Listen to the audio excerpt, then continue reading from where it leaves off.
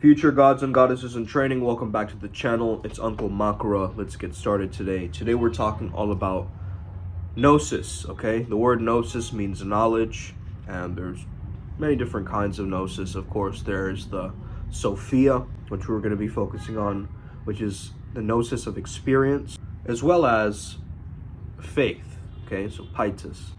So understanding that, let's begin. So I'm interested in altered states of mind and altered states of consciousness, including the flow state. That's what I've dedicated my life towards studying. I have a master's in applied positive psychology, and I'm also very profoundly interested in the mystical, the paranormal, and the spiritual, because these are areas that are still left quite unexplored. And psychic phenomena has been happening to me for the longest times ever. So I've begun this journey because I've been flung into that rabbit hole, okay? Didn't expect to be here, but here I am talking about it, okay? But it's a powerful understanding that, you know, through chaos magic, I came to the understanding that the chaos shaman just does what works. And one of the main states that they need is Gnosis. There's different ways that people do it, right? Sensory deprivation, you know, making themselves blindfolded. Other people prefer the lovemaking route, or sex magic, you know, or kareza, so achieving that peak state with a partner and so forth. Others just prefer, you know, let's say you run in place. You do a lot of exercise, or you do it to the point of exertion. And in that little gap, right, in the little gaps of your consciousness, where all your thoughts slow down, you enter no mind, you enter satori, you enter samadhi. That is basically what is known as that Gnostic state, okay? So you want to practice when you're in this state. Let's say you're sleepless for a few nights, you know, you allow yourself to just stand still like this, okay? Either you block yourself off from the world, okay? This is a very good one, Bomori, okay? Now, I want to just make a quick note here. Use these techniques at your own risk, okay? Because you got to properly know the technique before you just go ahead and start trying these different things, okay?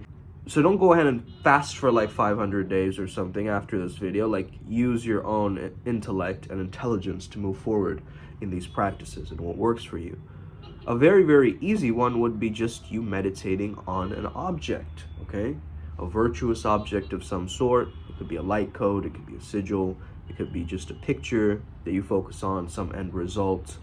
It could be a virtuous image of a deity and so forth. So whatever it is, start to really get into the habit of meditating till the point where you feel like, I'm almost in that state of, I'm not thinking anymore, okay? I've just kind of completely let go. I've wiped the slate clean. That's what you're trying to achieve through these practices, okay? One that's very quick for me, at least, because we're doing it all the time, we become so unconscious of it, but it's breathing, right? And last night we found out that, you know, the whole idea of animism came from, and the concepts are lived through breathing, you know? And yeah, if you guys didn't catch the channeling last night, it was Chief Deno, one of my original spirit guides from a while back, maybe like 2019, 2018. Well, at least that's when I first contacted a shaman, and I got confirmation on Chief Deno. And then from that point, you know, there's just a lot that unfolded. So yeah, this journey has been very, very interesting, man. Every single day I found myself, you know, peering into some new knowledge or new topic, and it makes life very, very riveting and exciting, because I don't know what these deities have planned for us and for me. This is a very exciting journey because it really reinforces the fact that I'm one of the chosen ones to be able to do this and have this craft, and I've built it for this long, you know? So it's really, really important that you understand before doing any of these Gnostic practices you want to first and foremost come into terms with your own level of sanity. And what they say in chaos magic is you need to laugh, you need to laugh, you need to laugh. Okay? So laughter is going to be very, very key and very, very important for you in your practices. Okay? Very essential. So if you are doing all of these practices where you're, going unconscious, going into a trance state, going into a channeling state, going into a bit of a meditative state, okay? Trance, going into maybe a dreamlike state. If you're doing these things, you want to also bring it back to a release. Some form of release does take place. Oftentimes you start, like, let's say you do a heavy breathwork session, you will start, either crying or shaking or convulsing or, sometimes even yelling. Like a lot of people, they let out a lot of the trauma that the body holds, right? I think a lot of people, what they call demons in the body, or they're getting possessed, I think is just trauma being released a lot of times. But people don't realize that, and they give it terms, and then, once it's there in the mind, then it's obviously going to stack into something else. So you have to be very, very wise about this, okay? So to start out, you can start with this understanding of, you can just close your eyes and you just imagine that you're dead. Just kind of focus on the outline of your body, and you can block your ears, block your eyes as well. If you want, you can use an eye mask and earplugs. That's completely up to you.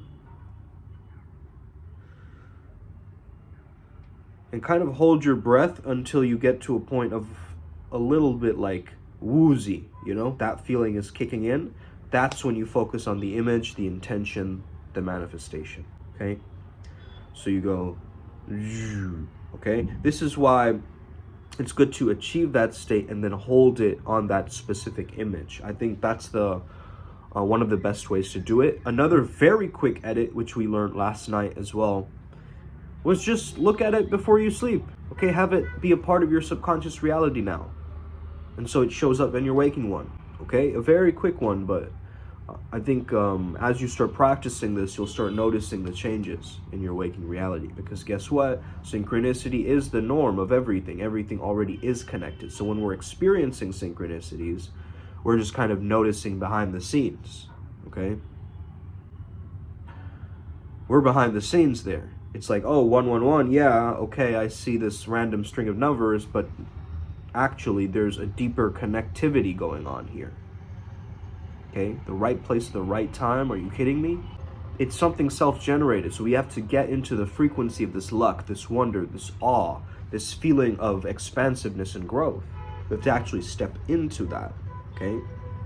And I think if you understand that you're going through this process of alchemy, the blackening and the yellowing and the whitening and the reddening and the, we understand that we're going through this process of just like completely breaking ourselves down and then building ourselves back up, which is the process of transformation. So we figured out at Primal Sutra the pathways of going from an ego death to a self-actualization, okay? There's an integration process that happens in between that, okay? A lot of people, they have all the steps, they have all the energetic shifts and everything, but they don't have the follow-up. They don't have the integration properly. So it doesn't really settle into their systems yet. And that's why, a big question from one of our adepts was like, a huge bunch of energy comes streaming in and you get all these downloads, you're gonna feel a crash or a burn, right? What Deno said, it's a landing. So it's like a smoothening of that process. So that's what we're trying to refine as well, so that you get yourself back into your optimal state as a shaman, so you can serve yourself and the planet again, right? We want you feeling sharp and clean and purposeful and happy, okay? Let's get it. Upward spiral, gang. May we never be the same again. What is the meaning of life? I don't know, but create the meaning. Let's go.